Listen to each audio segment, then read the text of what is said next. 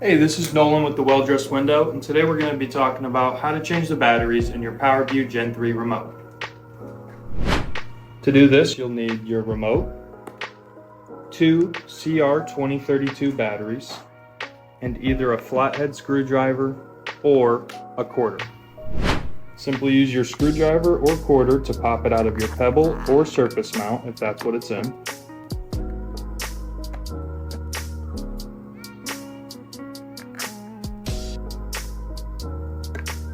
Turn the remote over and see this little silver piece that will unscrew.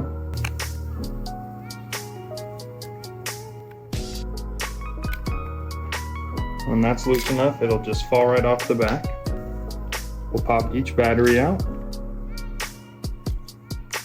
and replace those.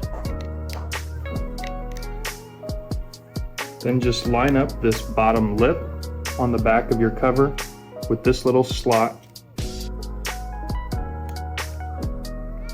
and screw it back on.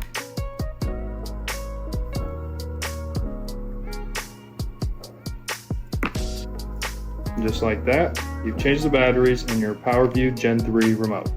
Thanks for watching.